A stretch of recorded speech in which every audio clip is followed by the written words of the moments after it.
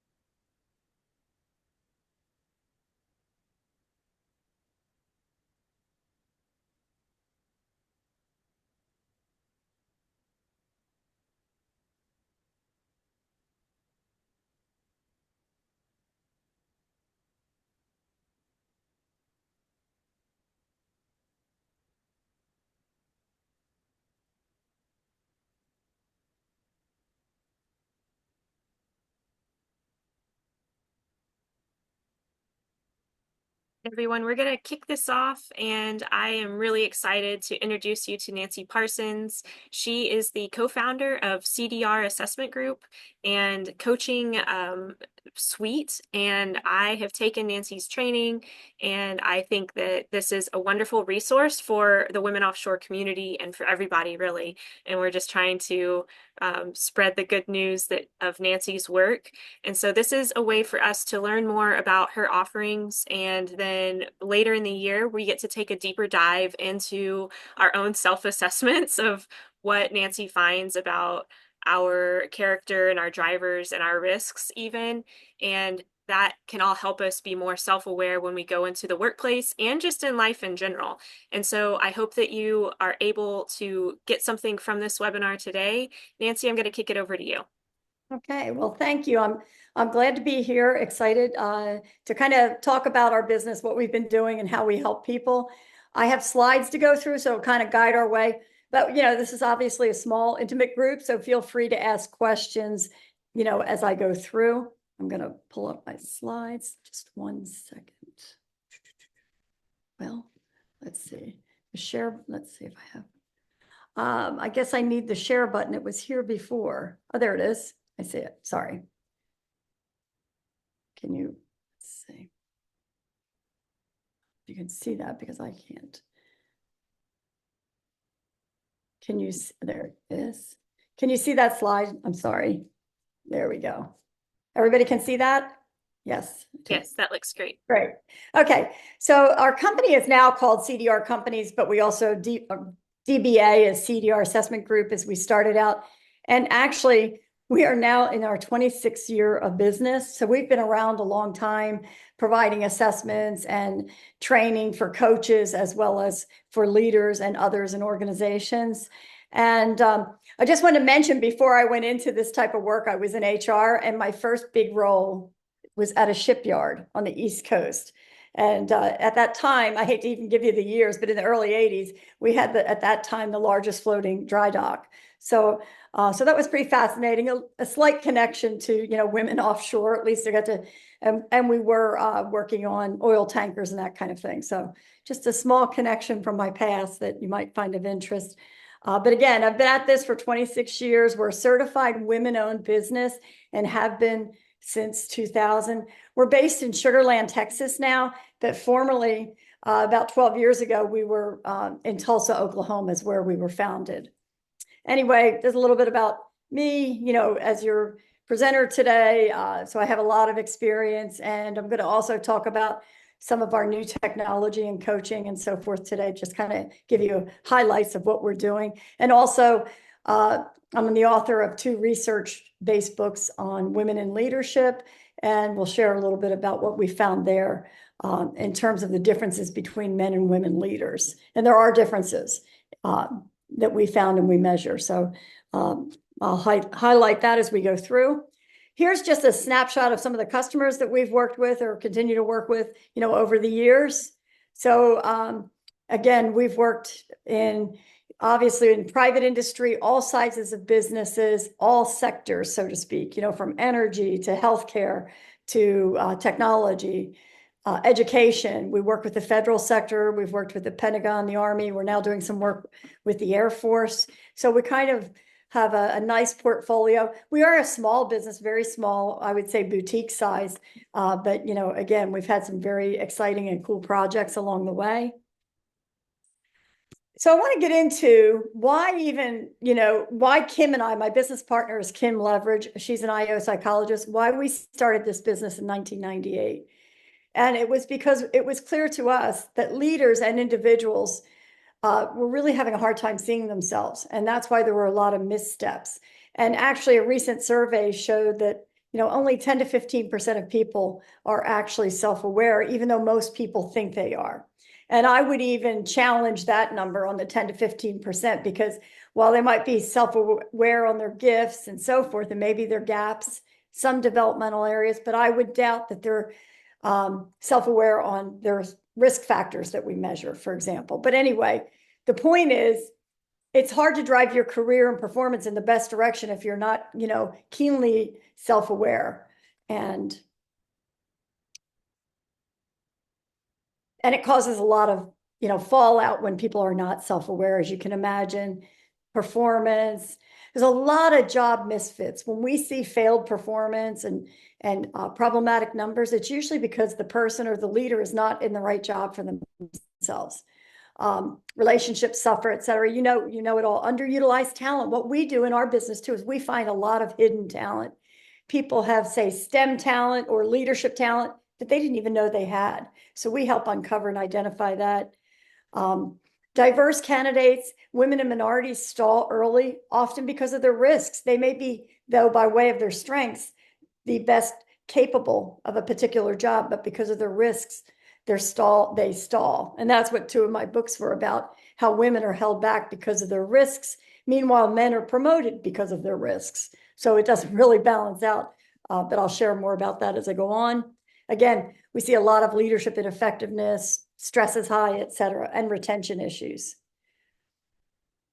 An important quote, knowing yourself is the beginning of all wisdom. The more you know about yourself, the more you can drive your career in the right direction. But not only that, the more comfortable you are, at ease, you can reduce your stress, and you can be happier. I mean, the key is being fulfilled, right? Being in the right job and doing things that you enjoy, that tap into your passion. And that's what we do. We help people to find that place. But too many employees in organizations and people are just left to figure it out for themselves. And often, as I said, they don't always reach their potential. It's hard to know. Think about it. When you were growing up in like high school or college or wherever you went to, maybe the Merchant Marine Academy, whatever, there at least you vocationally have a sense. But in high school, how would you know what you're really capable of? I know I had no idea. I'm the first one in my family to go to college, and so I didn't have anybody pointing me in a particular direction. So I had no idea. So again, if we can help people find that, understand themselves earlier on, that's going to be so helpful to them, and they won't waste a lot of time or money going in the wrong college major or going in jobs that are kind of dead-end jobs for them. Now, about failed leadership. I'm sorry I put this picture in, but I couldn't help it. I couldn't, when I saw this, and thinking about even the fires in California is a vivid display, I believe, of failed leadership when people responsible for having water and so forth don't do that. That's an issue. But we see leadership failure throughout. It's not just in that situation, but that was a glaring example of people not doing what they are, they need to be doing to keep people safe and so forth. So failed leadership, that was the other reason that Kim and I started this business. And I'll share some numbers with you on that.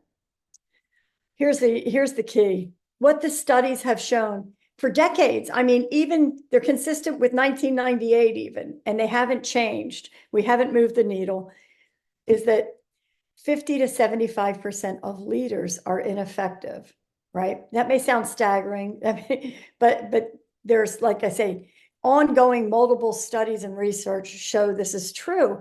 But yet, the reason it's the elephant in the room, nobody's doing anything about it. Nobody's really addressing it.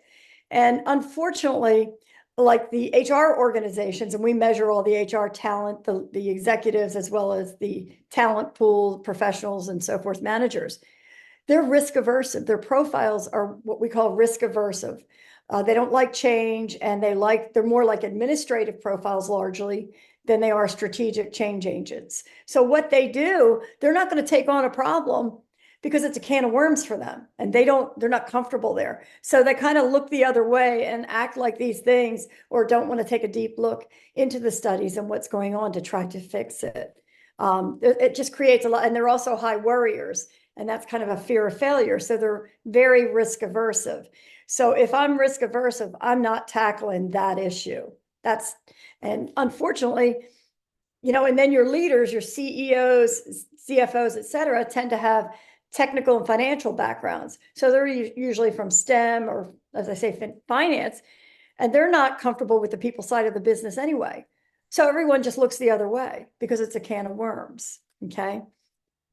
And here's just one simple study. I've got like tons of them, but even though Deloitte has said that $46 billion has been invested in leadership development programs, or the Corporate Leadership Council says that only productivity has only improved 2%. That's not a good return on your investment of $46 billion if we're only seeing a 2% improvement. I'm trying to move this little thing here. Let's see. Okay. And here's just some examples, again, why we see the numbers the way they are. In our personality measures, which I'm going to introduce you to, 70% of leaders have a personality-based risk as egotists. And think of that narcissistic, my way, stubborn, I'm smarter, brighter type person, especially under stress and conflict. Well, if we have 70% of leaders who are egotists going unchecked, that kind of supports why some leaders are not as effective as they should be. And CEOs are worried about this and confused when it comes to the people side of the business. And that's 700 CEOs, according to Pricewater. And then 85% of employees are not engaged. I've seen numbers of 75 to 85. So in that range of employees not being engaged, meaning when they're going to work, they're not really working most of the time. They're kind of goofing off or checking into the internet or talking to family members. They're not fully engaged and committed to the work they're doing. And a big part of that is because of the managers and supervisors that they have, right? So it's kind of a vicious cycle. And a little bit on turnover, and the cost of turnover is just tremendous. Anyway, so you might think, and I know that many of you are in professional positions, some in leadership or whatever, but why is it broken? It's just, we're thinking, it doesn't make sense, right? But the problem is, over time, over decades, over centuries, not much has changed in the way we select, hire, promote leaders. It's the people who look the part, talk the part, seem the part, hang out with the right people, know the right people, went to the right schools, punch the right tickets, but yet we're still having these effectiveness problems. And here's the other thing. Like when we interview or we look at people, evaluate people for different jobs, there's a lot of blind spots and limited visibility. Even if somebody knows somebody on the job, they might only see them 5% of the time. So on that 5%, they may present very well, but other times not so much. So we're making decisions often with a lot of subjective data and not enough information. Okay. And the other part is, this was on our tagline when we first started our business. It was on our first brochure. We do not teach fish to fly. And here's the problem. Not everyone can lead. Promotions and how we select and deploy talent is off. I can't tell you how many even to this day, I'll see profiles of people who are in key leadership jobs, executive jobs, and they shouldn't be there. They don't have the profile that matches the requirements of those jobs. But because companies are not using scientifically validated assessments like ours at large, they're continuing to make these mistakes based on interviews, based on resumes, based on the school they went to, and on and on. But we're continuing the same problems. And then what happens is, then all the HR systems or talent systems support that. Okay. They support the flawed approaches, our competency models, our performance reviews. You're not seeing, even though I showed you those studies, those 50 to 75% of leaders, for the most part, are still getting good performance reviews. So that tells you it's flawed. They're not being candid about what's really going on, what we're evaluating. I won't go deep into that. If you want to, know more about those systems, I can talk about it, but just know it's kind of intertwined in the whole process. And here's the thing, one size does not fit all, even when we're talking about development. How do we develop leaders? How do we develop professionals? Everybody's different, but yet we put people through the same classes in academic training. You all go in the same classes, but nobody's really carving that learning around the leader in a sufficient way.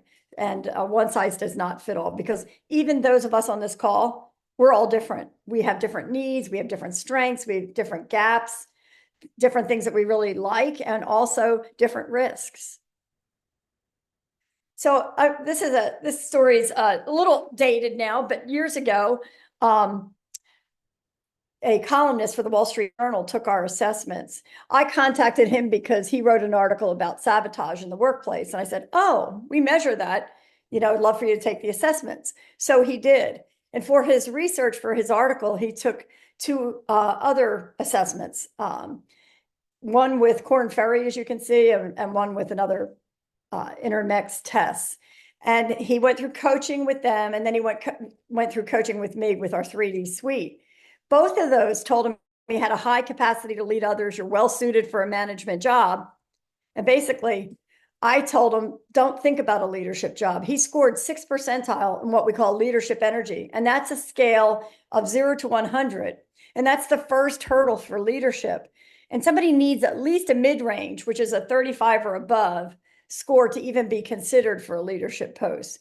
Yet these other companies are just telling them, oh, you just need to be trained. You just need to be put through our program. You need coaching. And that's bullcrap. The point is, we all have things that we're well suited to do and cut out to do, some leadership, some science, some, serving in different ways, but not everyone is well suited to be a leader. But yet we keep putting people because they have a degree or they have an MBA or their father was in this role before. All kinds of reasons why people are pushed into leadership jobs or other jobs that they're not well suited to. So anyway, and he accepted it. He said in his article, he said, and I think she's right because my dog won't even listen to me. So but again, think about that. And you'll read a lot of articles or things that say, we can teach you to lead, just come to our classes, the universities and such. And it's just not true. We have inherent hard wiring that kind of dictates, like his 6% on leadership energy is part of his hard wiring, that he's not well suited to be a leader. Okay. Now, can he be an individual contributor, a great team leader? He's an investigative journalist. That's where he shines. He's got a really investigative mind. He's really creative and out there, but being a leader is not his thing, not his forte. So we used this quote since 1998 because it's kind of given us the focus of what we do.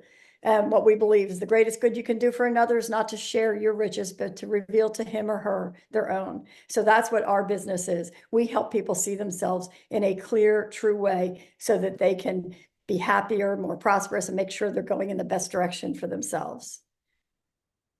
And I love this one. I think this was Bill Robinson was a baseball coach, and he said this: a good hitting instructor is able to mold his teaching to the individual. If a guy stands on his head, you perfect that. And so that's what we're in the business of. If you're going to stand on your head, we're going to help you with that.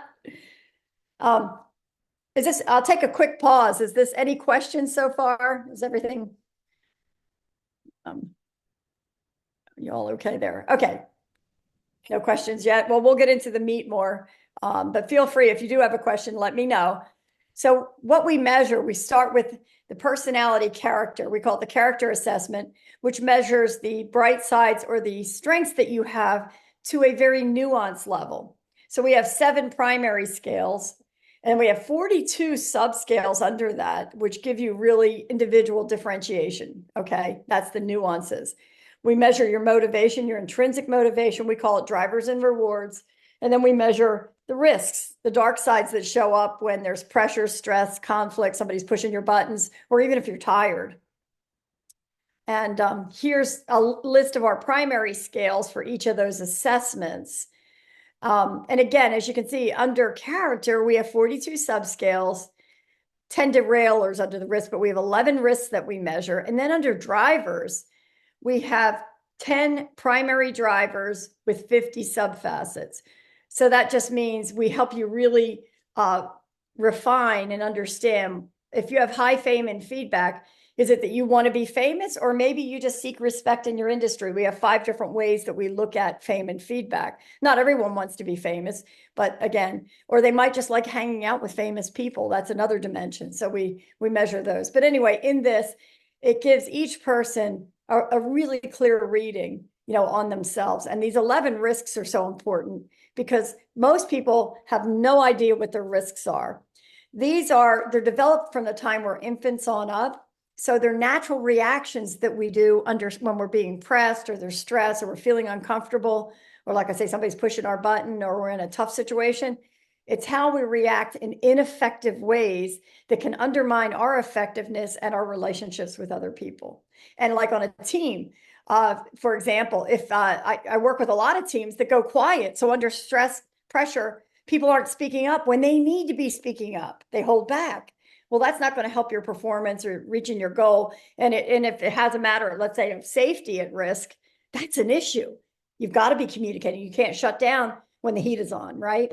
So we help people understand how they tend to react under those situations so that they can then develop different coping tactics, different ways they can think ahead and plan and practice different responses so that they don't go quiet under, in the heat of the moment and that kind of thing. And everybody has risks. Now, so what sets our assessments apart? Now, you've heard of things and probably taken things like a Myers-Briggs or a DISC and things like that. In our world, they're like party games. They're interesting. They can be helpful, but they're not what this is. This goes a lot deeper, and it's actually scientifically validated. We use it for selection, succession planning. So it gives us, a clear reading on who the person is. So anyway, what our clients even report is that the velocity for development, for leadership or talent development, it shaves 2 years off the normal talent development cycle time. And we had a vice president write an article about this, and she was from CR Bard, which is a medical device company, how from day one, they knew how to help develop leaders based on the assessment results. Again, it's accurate, in-depth, individual feedback and no spin. So it's very personalized. You can use it for enterprise-wide talent development because it gives us insights as to, we do capability analysis, or we use it even to customize training programs because we have the data on the people going into the programs. And what it does, it reveals what we call the root cause insights of behaviors, the whys behind behaviors. Now, some of you know what a 360 is. 360 are performance reviews. These are observations from other people. This is how people experience me. It's external observations. So that's the what and how performance is observed. But the 3D suite tells us why. Why do I do this? Why, when I'm trying to communicate well, am I getting rated poorly on communications? Well, maybe I'm a false advocate, so I hold certain things real close to the vest and I don't let people know the full facts, that sort of thing. So we find out in the 3D suite the whys behind the behaviors. They are scientifically validated, diversity neutral, no adverse impact, meaning gender and race, there's no adverse impact. And so you can use them for selection. And let me explain real quick what we mean by how do we validate the assessments. It's a 2-step process. It's test to test reliability. So that's the first level of, if I'm measuring extroversion, does it match up with all these other assessments? And that's kind of what a Myers-Briggs would do, right? That's as far as they go. But then the real where the rubber hits the road is that we then validate based on performance in jobs. We study different jobs, we study performance of incumbents, and then we correlate to the assessment results. So that's why and then this predicts performance, right? So we know, for example, what a highly successful salesperson looks like. We know what a strategic leader looks like. We know what a operations leader looks like. We know what a nurse looks like. We know I mean, there's so many jobs, IT professionals, technology people. We even know what a STEM profiles look like. We know what service folks look like, and on and on. We've even done like truck drivers and offshore oil workers. Every job has basically been studied by us and other similar 5-factor models. So we have the data that says, yes, this predicts performance. So if you get somebody applying for a job that doesn't fit that profile, you know they're not going to be successful in that job, right? So I'm just trying to explain what the validity is. The other thing that's really, I think, exciting and cool about what we do is once somebody takes the assessments, you never assess them again, but the data stays constant over time. So you can use it for multiple applications like team development, succession planning, customized training, all those things I mentioned. So it's very exciting that you can do many things to help people, move in the right directions. Now, so in terms of coaching, many coaches, executive coaches, leadership and professional coaches, use a 360 at the top of the iceberg. And, they'll talk about observations, external feedback. They might use your Myers-Briggs or some of these others. They often conduct stakeholder interviews. They're going to call people and talk to people around you, help you develop action plans, have a nice dialogue. But that's still, in our mind, that's pretty superficial. That's still, on the surface. We go way deeper with self-awareness, your passions, your drivers. We're going to also look at the strengths, obvious to nuance level, a whole new level of clarity. We're going to look at your gaps, vulnerability, your inherent risks, and so forth. So we're going to take it much deeper. And then you can develop meaningful action plans that aren't like just, well, I think this might be good. You're going to know. And again, we also define the difference between one's intent and their actual impact. So it's just a way to say, I'm not just going to do surface stuff. I'm going to dig deeper to make sure I'm getting the right blueprint for myself for development, that I'm self-aware. Because one of the things that happens more often than not is people self-sabotage, especially with the risks without even knowing it. So we're going to help our clients know that. What are your risks, and are you hurting yourself without even realizing it because it's your natural response? So anyway, just the difference between typical coaching, and I can guarantee you, most coaches are using this top piece predominantly. The other thing that's interesting, and I'll give you our coaching model, for example, we train also, just so you know, certified, and and Christine went through it. We train internal and external coaches to use our assessments in their coaching practices. And one thing that happens, I see a lot with ICF and other coaches, ICF certified, when they engage you or engage a client, they automatically want you for 6 months to coach, because just think about this. They don't have these kind of tools. From our first coaching session, we know you, so we can hit the ground running. So when we do coaching engagements, I tell clients, we don't know how long the coaching needs to be until we do that first intake coaching session with your debrief. Then we form it. And often leaders and others only need a few coaching sessions. They don't need 6 months. So we don't go based on tenure. We go based on what each individual needs. And, now there are some people who do need longer term coaching. Maybe they're in a really challenging position, or they're dealing with a lot of stress, or they need a sounding board. Like your CEOs don't have anyone to talk to, so they need a sounding board. So there are occasions for longer term coaching, but I think in most cases, it's not really needed. Checkpoints maybe, but not ongoing in-depth coaches, because people are really smart. And once they're more self-aware, they have a good idea, they build a plan, they know what to do. So with our character assessment, we measure, your predispositions, what's called emotional intelligence. What is your vocational orientation? What are you really good at, and what do you not want to do? So for example, if I were in like an accounting position, they would fire me. They would fire me within like a few days. I don't have that orientation. I hated those accounting classes when I took them in college. I was like, who the hell cares where these numbers go? I mean, you can tell I was just like, oh, it was not my thing. So we all have different, and sometimes we're aware, sometimes we're not. What's your approach to work, your acumen, your soft skills? You know, how are you going to relate to others or not? Maybe you're quiet and like to be distant. Um, Individual distinctions, you know, your forte as a leader, your personality. So these are terms that are, you know, describe what we're measuring, your job fitness and your relationship building capacity. So and with our character assessment, which I'll highlight one more time, it's high and low scores are not neither good nor bad. So you could have a low score in something and that could be really good based on the job you're in. It really depends on what job you're in and how that's going to help you or hinder you potentially, right? So we like to make sure we really help you understand high and low is neither good nor bad. It's really what overall profile fits what jobs.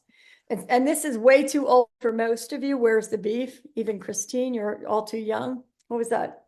Was the lady at was it Burger King? I can't remember. Anyway, it's in the subscales for the character assessment. Remember I said there's 42 subscales? That tells you the individual differentiation. See if I see that. Okay. Now, and we're looking for, as you know, as I already said, best fit and fulfillment. How can we help our clients find that best fit and fulfillment? Then you'll perform better. You know, you'll have a skip in your step. You're happy. These provide essential insights for coaching. So if any of you want to go into coaching, it provides, you know, great insights, strategic career development, no more hit or miss, bumping around, you know, that sort of thing. Talked about validity. And it's objective. It's self-report. Interviews are subjective. People are assessing you and thinking with their own internal biases. They're not trying to be harmful, but everyone has their own biases. This doesn't have that because you're answering the questions yourself, being compared against a normative database. So here's the 7 primary scales, as I said, that we measure. And they all have different meaning in different jobs. For example, if I'm looking at a truck driver, I want mid to higher prudence with low inquisitive. Prudence is more operations, detailed focus, conscientious, paying attention. Inquisitive is going to be out there thinking, creative, change agent, all that. Well, I want the truck driver's eyes on the road focused. I don't want them seeing, with the inquisitive being a risk taker, seeing how fast they can drive up the ramp, right? So there's certain, you can see some of these just make automatic sense as you look at them. And with the even, you know, we don't want their minds wandering either. We want them paying attention to the road. So that's a simple example, but helps you see. But again, we go into great detail on all of these, how sociable.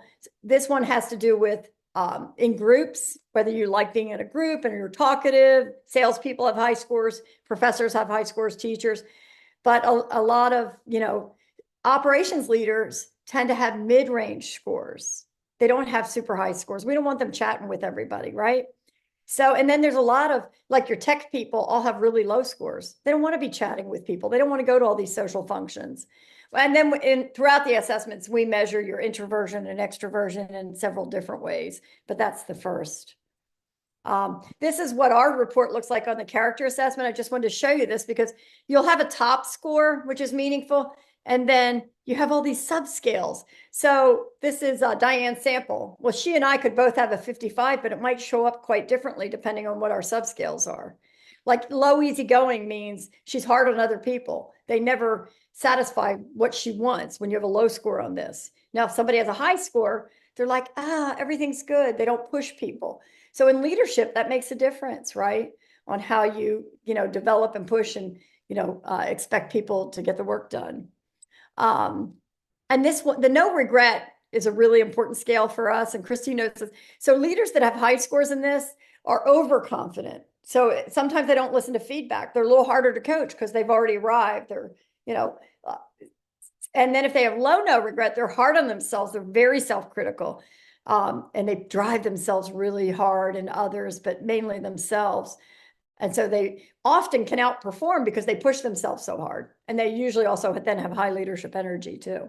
But this just gives you, that just gives you a little idea of what that looks like on the report itself. Now we go to the risks. These are the 11 we measure. And when Kim and I actually developed this assessment in 1998, And one of the things we did when we developed it is we intentionally used really harsh terms. Like we wanted to use language that people got. We didn't want to sugarcoat it because then what's the point? And also in our language, even with our character assessment, if somebody's not in the right job, we're going to be honest with them. We don't blow smoke. We don't sugarcoat. We're going to help them, make the steps to get into a position where they're better suited. Because when you're in a job that you're not a fit, it's very stressful. It's awful. It's awful on you and the people around you. So that's what we do. But even with the risk assessment, we're very clear. We're very honest. Think of false advocate. That's kind of passive aggressive type behavior, shaking your head yes, but you really don't mean yes. Inside, you're thinking this is a terrible idea or whatever, but you don't say that. So people think you're on board, causes a lot of different issues. And we go into a lot of detail, but this is just a high level worrier, fear of failure, people that overthink and overanalyze. This is the key trait for women. We found in our research, women in North America and even in Western Europe have high worrier, and that's what's holding them back. They go inside their heads. So in the heat of the moment, the men are all talking and arguing, and the women are pulling back. Okay, the women that have high worrier. Now, not all women have it, but the majority do. Okay. Cynic is the next one, and that's negativity, pessimism. Oh, this won't work. That won't work. We tried it before. Shooting down ideas, asking too many questions. A lot of STEM people, science people, investigative people have these kind of profiles, but it can really be off-putting if somebody's always telling you no, you're not going to bring them any new ideas after a while. Rule breaker is impulsive behavior, not thinking through consequences. Actually, when we started working with the Pentagon, they said we couldn't use rule breaker. They said in the military, not allowed to break rules. And Kim and I looked at each other and said, well, we thought that's why people go in, kind of like to break things. But anyway, in the end, we were able to use the term. They didn't make us change it. And it just, again, measures those people who have that propensity to be impulsive. I always tell rule breakers when I'm coaching them, or not always, but often, don't drink at company functions. You may do something that you might not be able to come back from. And I've had that happen with clients. Perfectionists are detailed and controlling. I've seen a lot of these derail at executive levels because you can't be that micromanager and control everything at a very senior level. Talked about egotists. That's that narcissist. I'm smarter, brighter, and I'm stubborn. And 70% of leaders have an elevation or a high risk in this, meaning there's a lot of big egos out there fighting for airtime, but not necessarily making the right decisions. Intimidating, they can cause toxic environments. But again, it depends on what their interpersonal sensitivity. Are they warm and caring or not? Or, do they not care about people? And then they might be more toxic. Pleasers, yes, people who are, really have a hard time saying no to the boss, yes, sir, yes, ma'am, all the time, and even under stress. I always tell pleasers don't work for egotists. That can be, pretty dysfunctional. So you understand what that is. Hyper moody, that's emotional, up and down, under stress, and it can trigger your other risks. Detached is the one I mentioned early too, that people just shut down and stop communicating. They isolate themselves, and it's conflict avoidance. There's upstager. That's a person who's shouting for airtime, overselling, over pushing. Kim, my business partner, and I have this as an elevation. I also have detached, but I have upstager, and you'll see upstager more frequently. And she years ago said to me, "Easy killer." I got it 5 minutes ago. So just that pushing your point of view. We have eccentric twice. I don't know how that happened. Eccentric once. Let's put it that way. I mean, trying to even out the columns. And that's people who just think in unusual ways, maybe have a hard time going along with convention. They're social blunderers. They may dress or say things out of context and daydream, have a hard time staying on track, that kind of thing. Often comes with a creative profile. But again, at a meeting, if you're at a customer meeting and you say something totally bizarro, it can hurt the deal, that sort of thing. And here's our 10. I'm not going to go into all of these drivers that we measure, fame and feedback. They're pretty self-evident. Power, competition, amusement, and hedonism. Do you like to have fun and hang out with people and enjoy life? Humanitarian, helping others, helping, hands-on helping it is. Companionship, affiliation. Do you like hanging out with friends, close-knit friends at work and at home? Moral platform, high value, values that you're always thinking about. Somebody could have low moral platform and still be quite ethical, but it's about how much is in front of you, how much you enjoy it, how much it's, you think about it all the time. Safety and security. Our HR friends have high safety and security. They're risk aversive.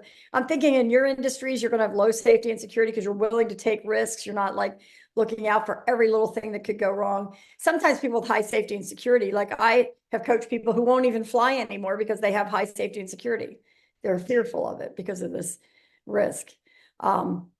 Business and finance. Are you interested in economics, financial gain, all that?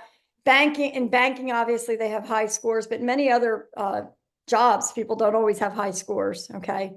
Artistic endeavors, that's creative side, creative expression, or going to artistic things or doing artistic things. A lot of people lose sight that they have this and they may be creative, but they don't allow themselves to indulge. So I say, if you think you have it, give it a try. And scientific reasoning, people who love the sciences, the tech, bio, medicine, whatever, just love sciences. So anyway, so that's what we measure. This one you'll get. So what we can do with our assessments then, once somebody takes it, goes through coaching, we can use it for all these different applications, right? Or we have different things we can do around those, the assessment results. Let me see. Here's a data sheet. This just, you can see just in the character, all of the data points that we're measuring that we're going to coach somebody to.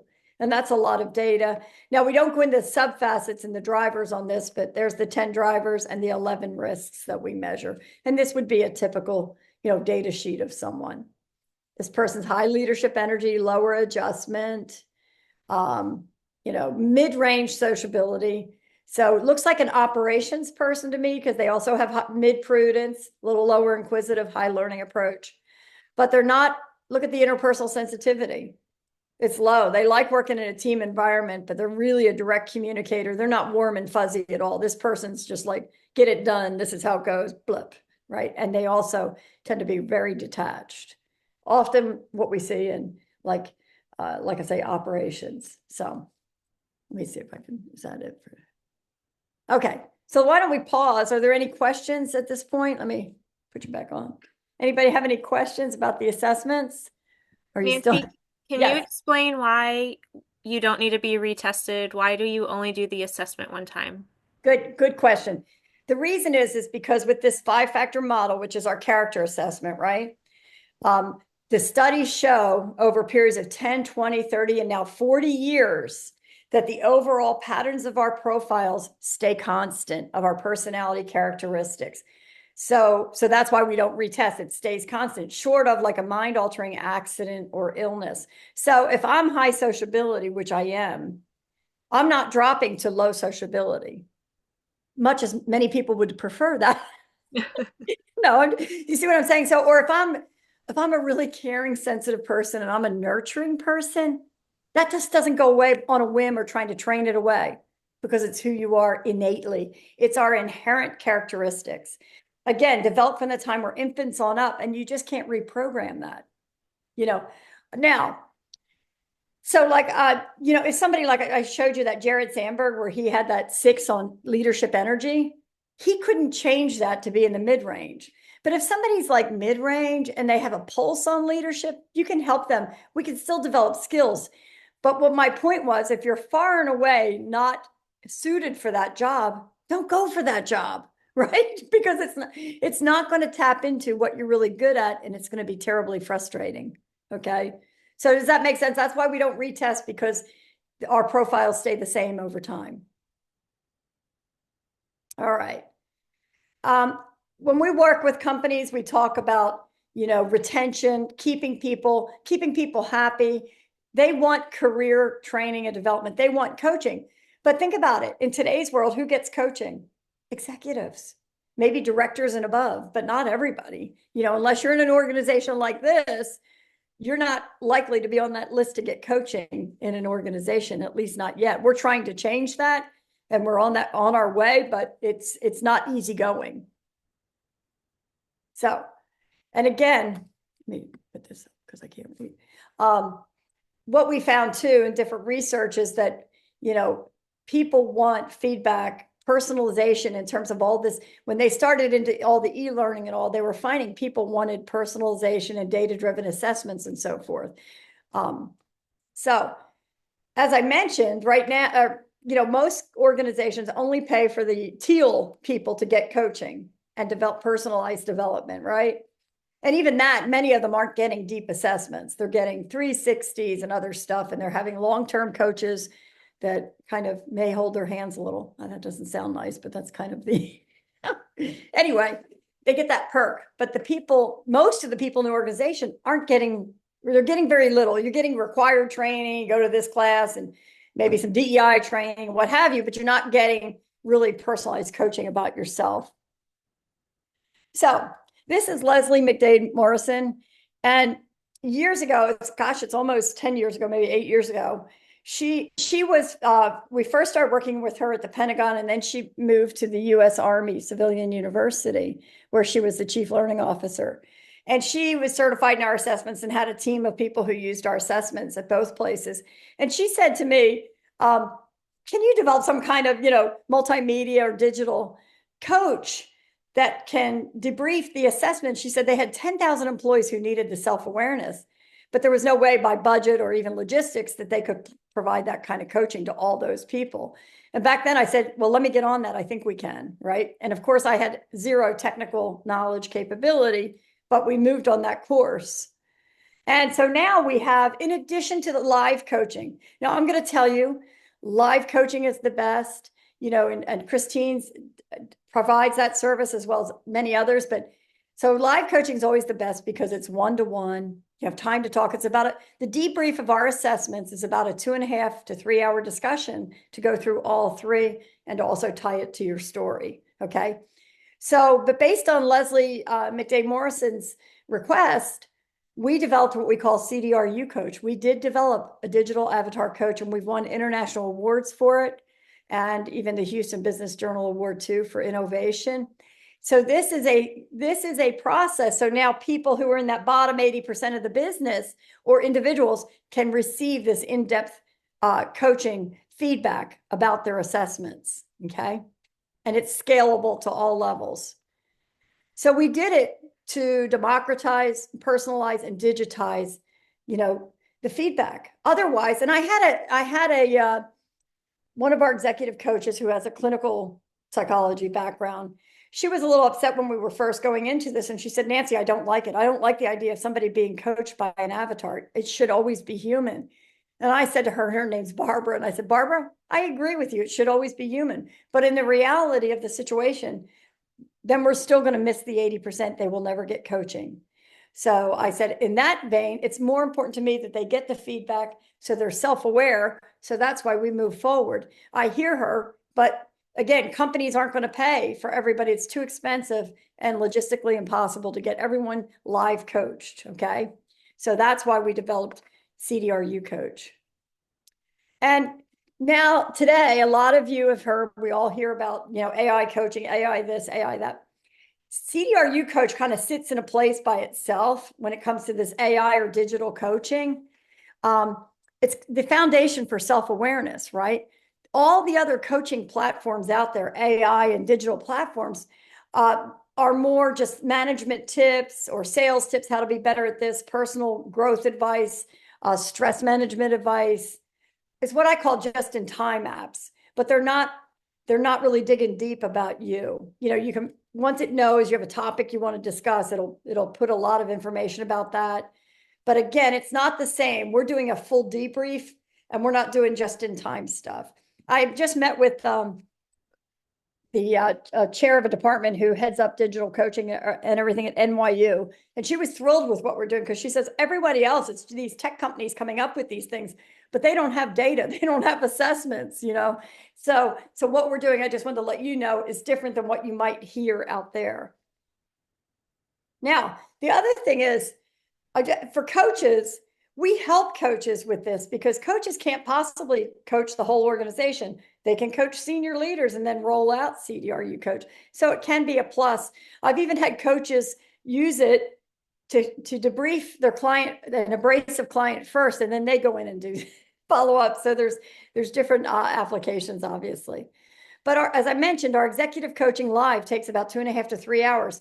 In the past, the only other way we could get you your assessment results was in like a group debrief. Like if we were here and I was debriefing your assessments in group. And that was nice. People still at the edge of their seats. They love it, but it's not personalized, right? Other than your report, because I can't talk to you if I'm talking to 20 other people. Now, but with CDRU Coach, it's online 24/7.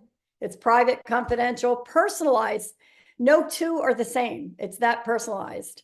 Um, Scalable to all levels. You get to select your own avatar for your debrief and for action planning. And if you don't like your avatar, you can pick another. You can go back and hire one and hire another. And then again, we talked about multiple data. And and oh, here's the other thing.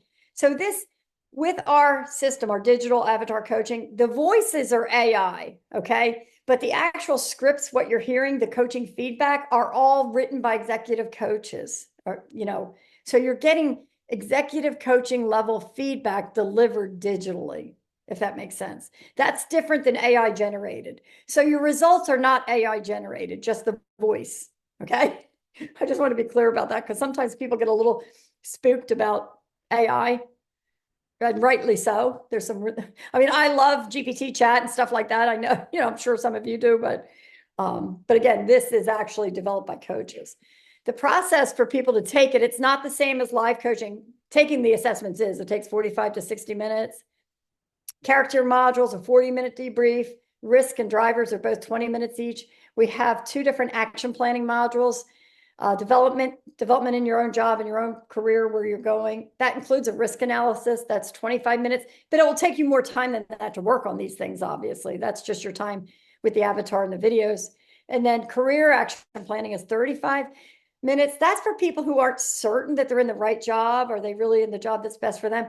It's great for like college students or even high school seniors who want to get in the right, educational path.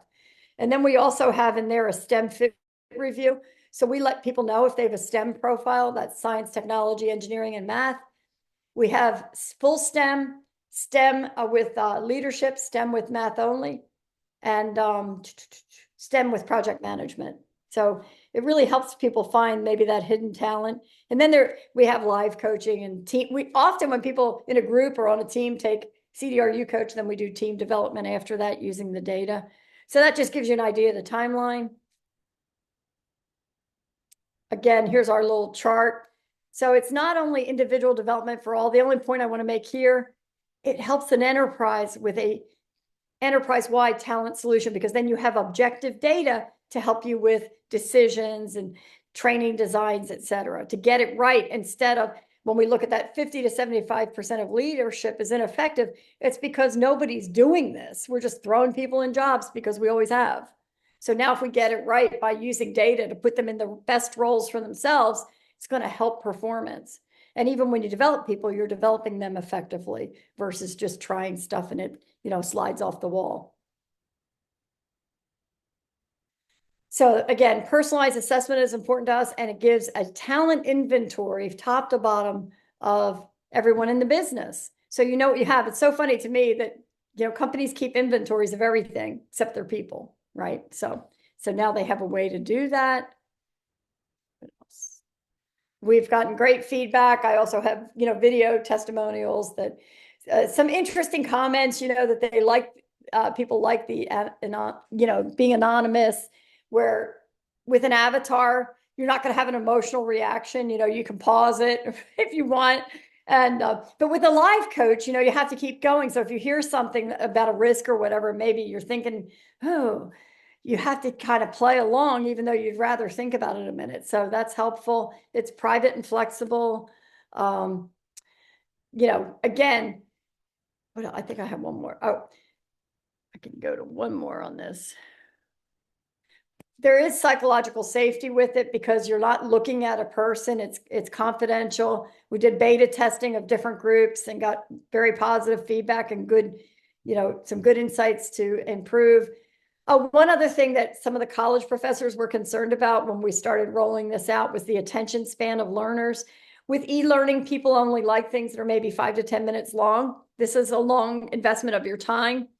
But we were betting that it was because it was about them, they would stay. And the truth is they do stay because it is all about them at a very deep level. So fortunately, the weirdness of the avatar coach in the beginning was a little bit of an issue.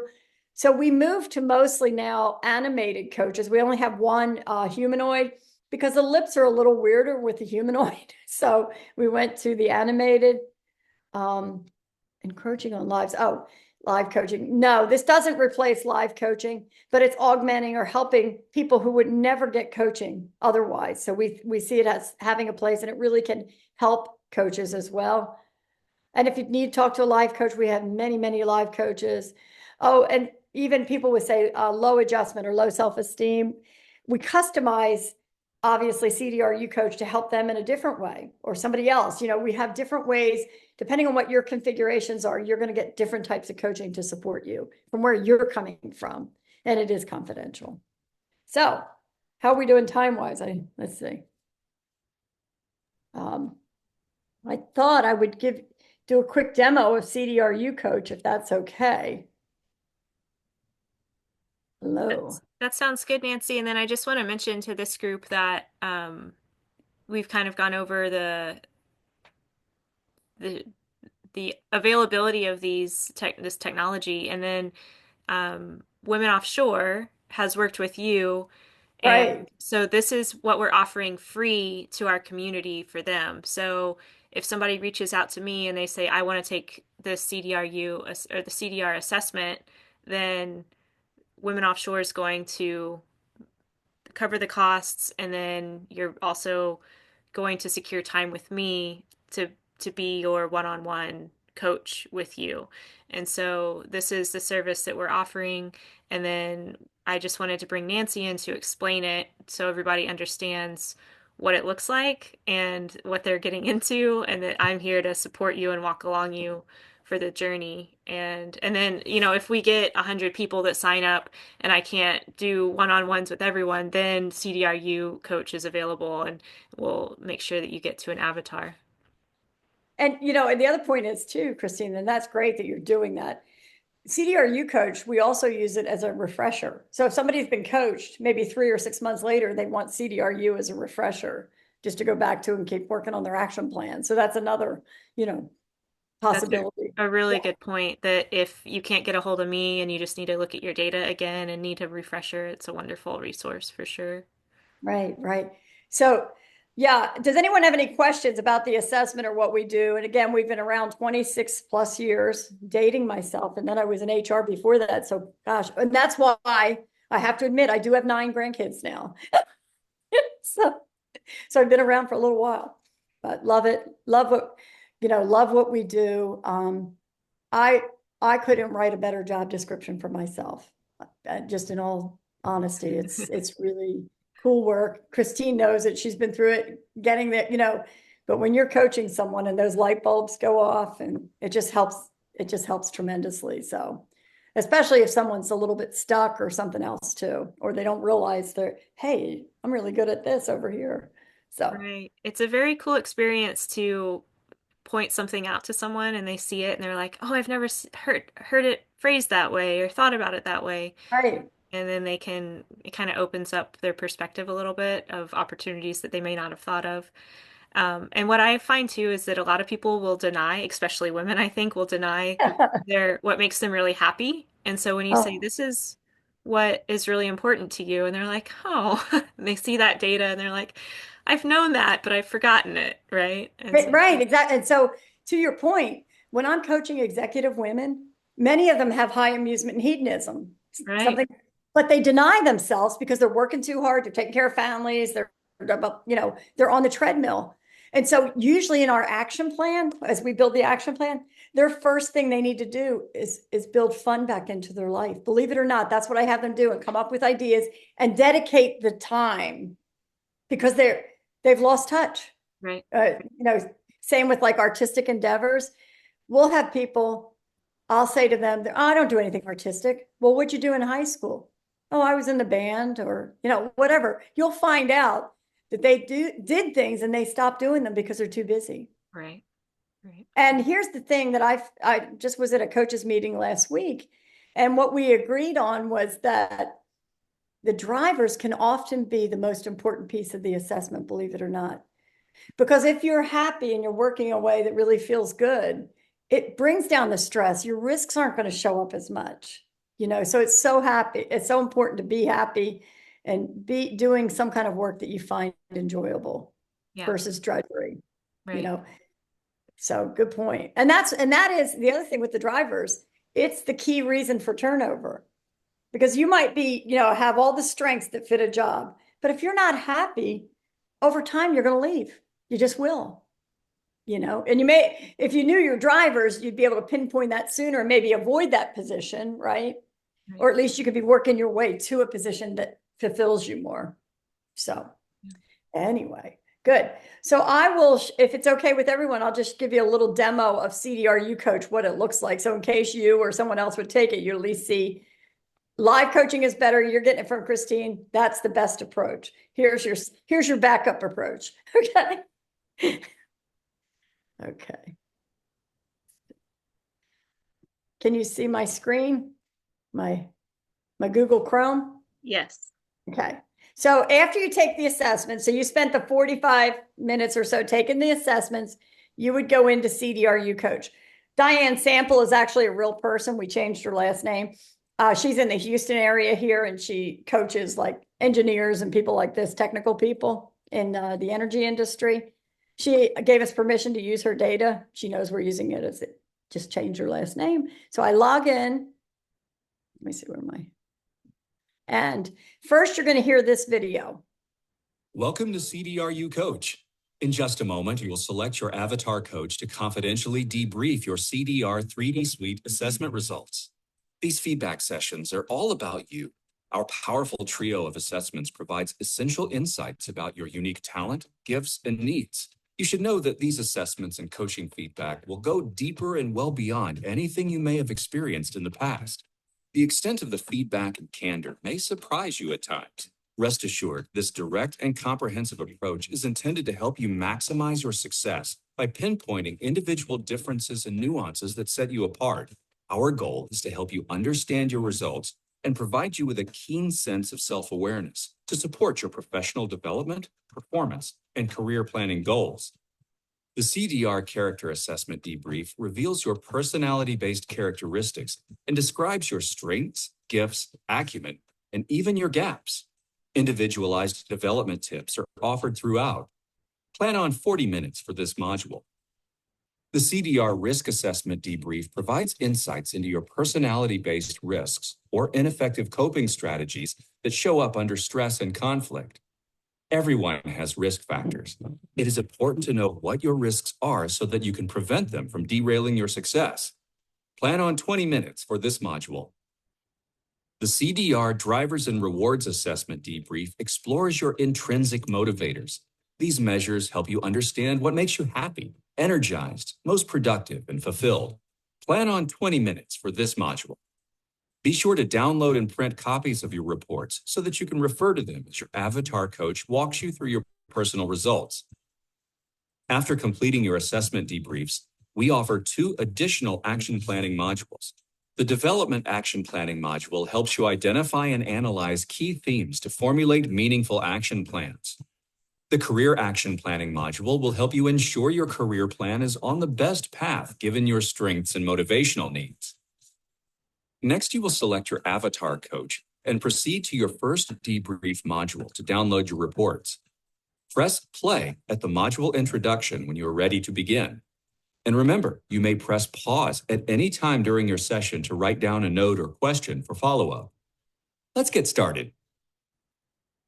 So then we just pick an avatar. We'll go with Angie since she's picked there. We can change that. You would download your report, and we encourage you to do that and print it so that you can keep notes. Because what's happening is they're not reading the report to you, they're reviewing it with you as your coach, right? So you do need a copy of your report. We go to the character first. And what I like to do, what I normally do on a demo, is I'll play the introduction and adjustment with just 3 subscales.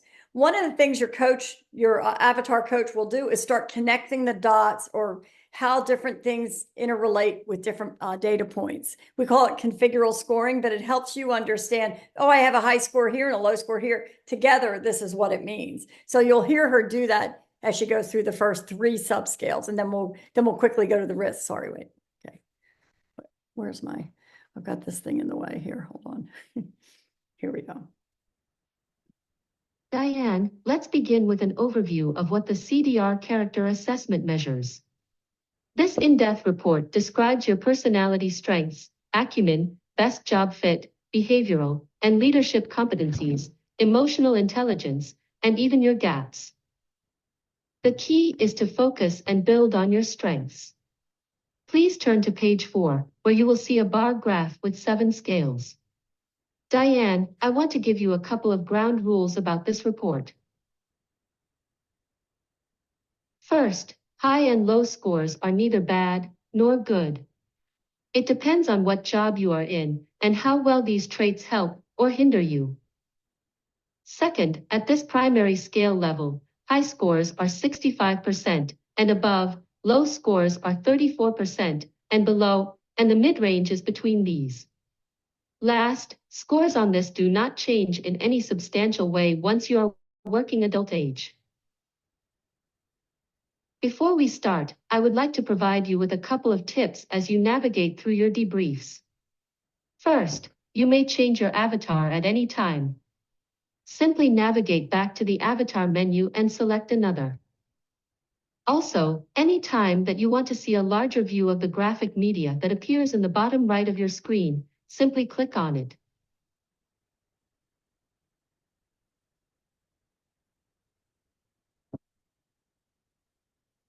Diane, adjustment is the first of 7 primary scales on the CDR character assessment. Adjustment measures the degree to which a person is relaxed, confident, self-assured, unhurried, and calm. Or whether they tend to be more intense, self-critical, anxious, vigilant, and not resilient to stress. Overall, you have a mid-range score, 55, on adjustment, so you will tend to be moderately confident while having some resilience to stress.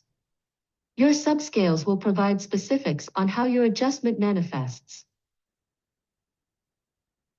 Now let's drill down and discuss your subscale results. There are 8 subscales under adjustment.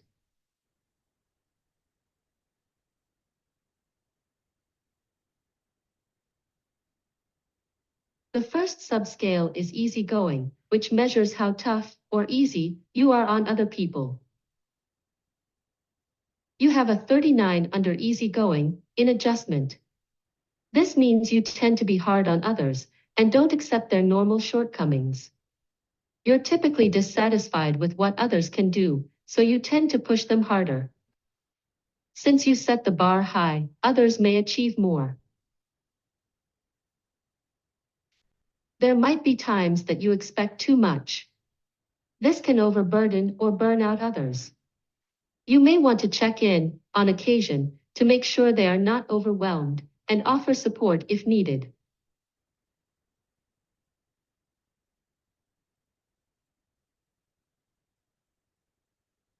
The next subscale, not anxious, measures how relaxed or keyed up a person is. Your high score on not anxious means you are relaxed or calm most of the time. This helps you to manage your response to daily stress levels. You usually have a relaxed demeanor, which can have a calming effect on your team.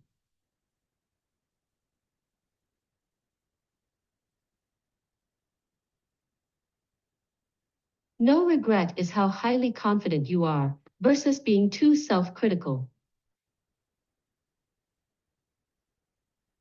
You have a 77 in no regret. This means that you are extremely confident. This can help you to maintain a calm, composed demeanor, even when others are stressed or the pressure is on. In a leadership capacity, this can be helpful to you. There are also a couple of downsides to this high score. The first is that you may tend to reject or quickly dismiss feedback. You may come off as a bit arrogant at times.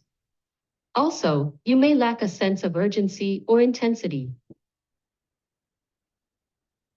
Your 39 on easygoing and 77 on no regret translates to a leader or individual who is harder on others than you are on yourself.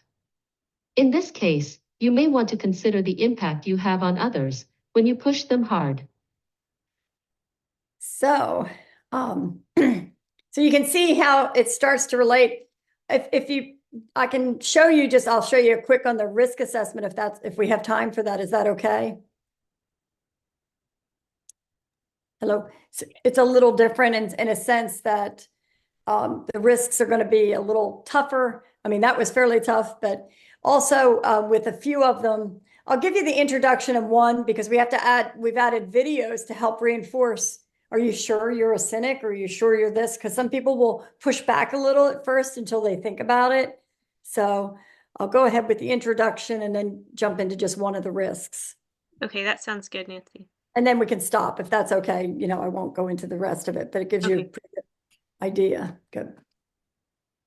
Welcome. The risk assessment, like the character assessment, measures personality traits. The risk assessment, however, measures tendencies when under stress or when facing adversity or conflict. Risk behaviors frequently undermine effectiveness and can result in problematic behaviors. Everyone has risk factors, as these are part of normal personality. Risks are ingrained reactions that we adopt when we are very young and stay with us. Most often, we don't even realize that we are resorting to these risk behaviors. That is why it is important to know what our risks are. With this new self-knowledge, you can anticipate and prevent your risks from hurting your performance or relationships moving forward. Diane, please turn with me to page 3 of your CDR risk assessment report. You will see a bar graph. Your highest scores will have the greatest impact, and the higher the score, the greater the risk. Any scores 90% or above are a high risk. Anything between the 50th and 89th percentile is a risk elevation and a watch out. But the key is, your few highest scores will impact you the most. If your highest scores are lower than 90, these are still risks for you, so it's important to pay attention to these. Most people have several risks. In fact, those with low adjustment on their character assessment may have numerous high scores because they are hard on themselves and constantly finding fault. Again, the key, no matter how many risks or elevations you have, is to focus on your few highest scores. Please know I am intentionally using blunt or tough language to describe each risk.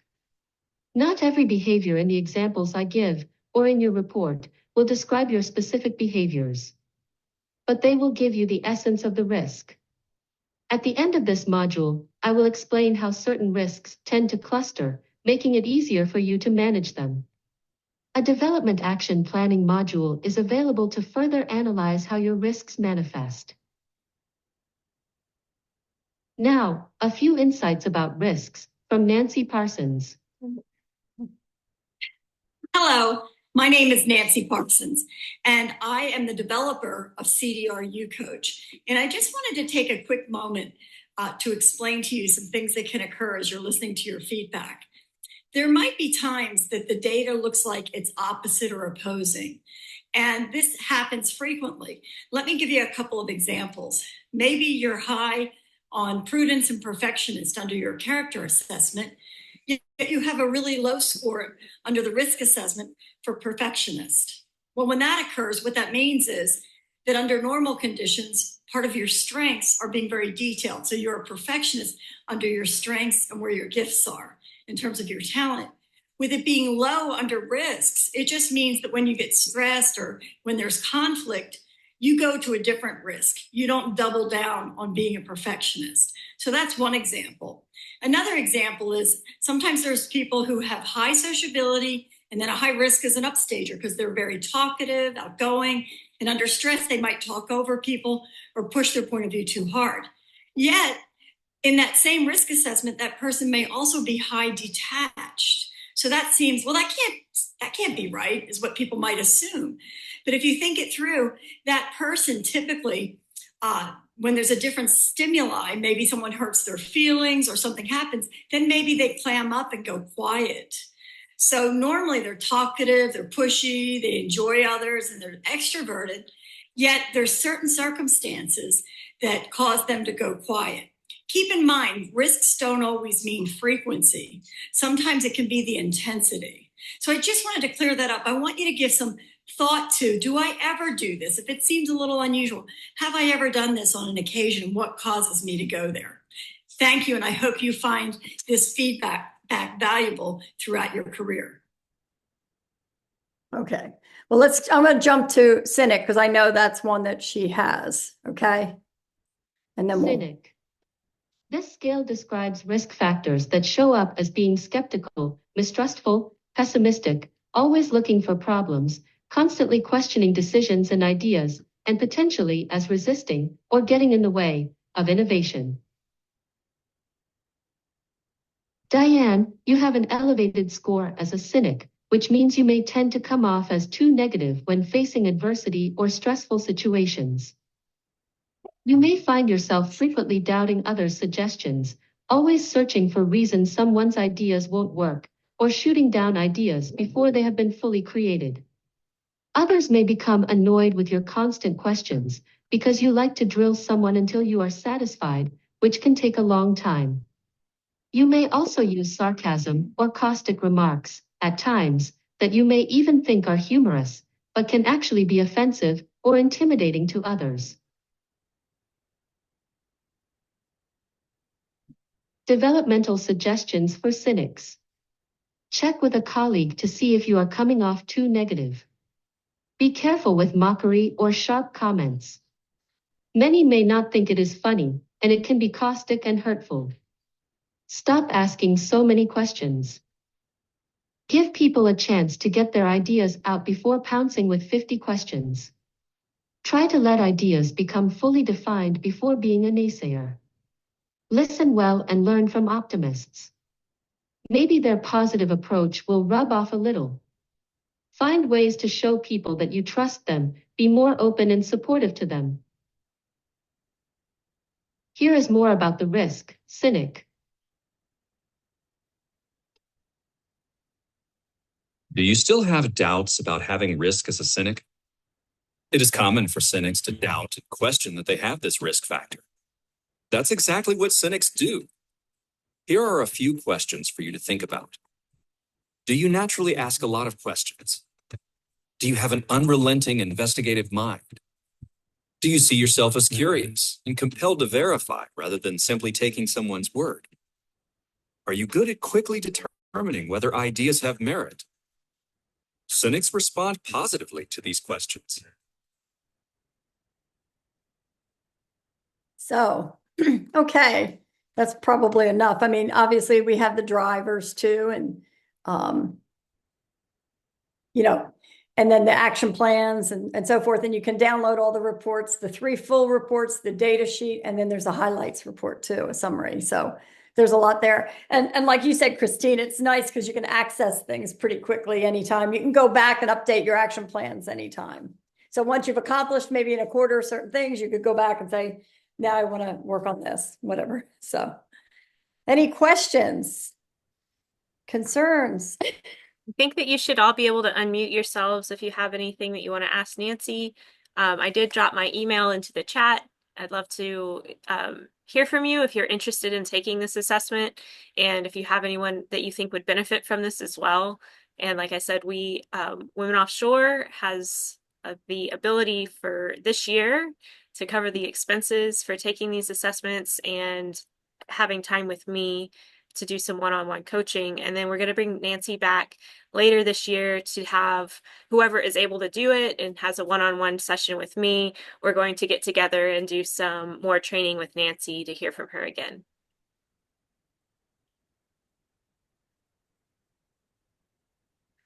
So I don't see any questions, Nancy. I really appreciate your time. Thank you so much for being here and explaining how this program works. Right. And I appreciate your time and energy towards this all. And if anything comes up, I'll send it your way. Okay, sounds good. Thank you. Thank you all for Bye. participating. Thank you. Bye-bye.